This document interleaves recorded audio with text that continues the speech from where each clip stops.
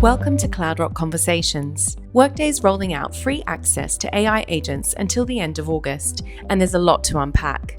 In this episode, Adam Sims and Jane Sevaratnam break down what it means for customers, how to get set up, and what to watch out for as agents roll out. Interesting developments from Workday, I think, on the updates about free use of agents until the end of August this year, which I think is good news for customers. What's your view on that? Do you think it's a good opportunity for people to start getting their hands on this stuff? Yeah, I think it's a great opportunity to kind of try before you buy, essentially, right?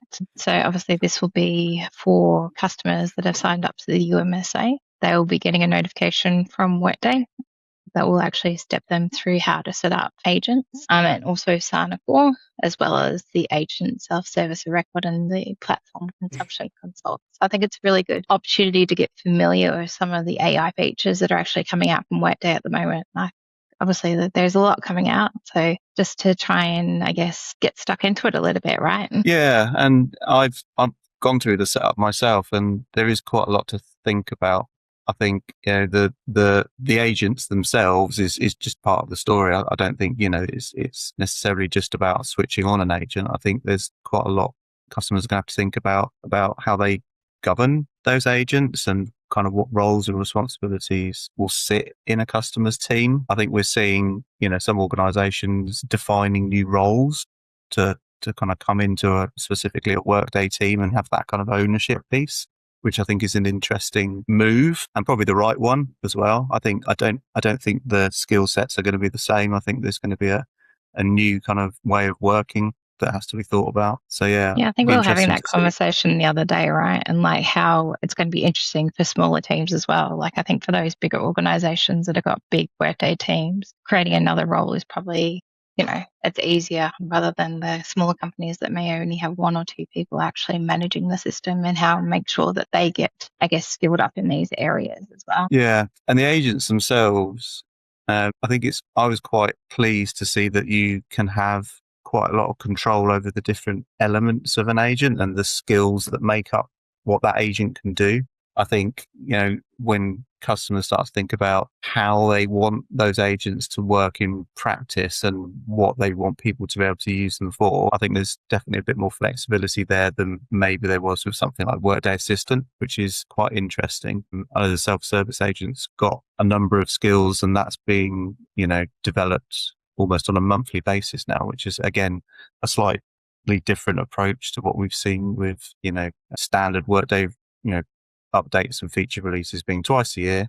The agents are now being updated on a much more regular basis, which I think is exciting, but also gives customers more to think about as well.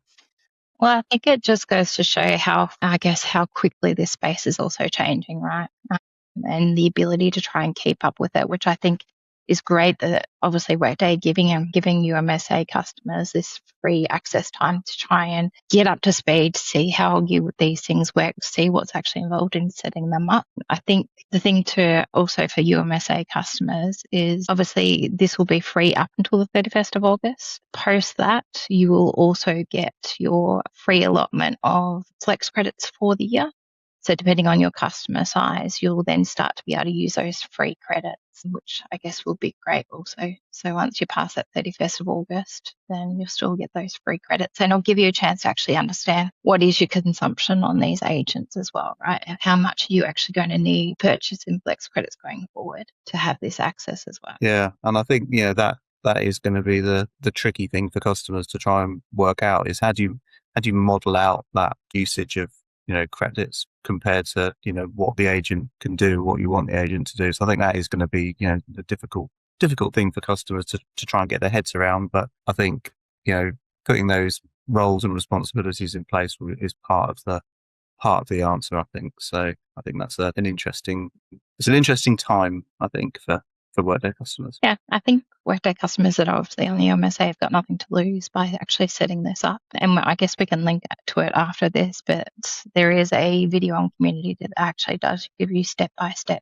guide in how to do this initial setup for this period and obviously ongoing as well, which obviously we can link to this as well, which is quite easy. And I think what would be good, if anybody has any particular topics or any areas of interest that you'd like Jane and myself to talk about in a bit more detail, then please put stuff in the comments and we can review that and tailor these to what people are really interested in when it comes to Workday's new AI capabilities. Yeah, and I think I'd probably just add to that as well. Obviously, we know this space is growing really quickly, right? And there's things that are coming out every day. So this is actually going to be the first of a number of podcasts that we'll be doing on the AI subject as well. Cool.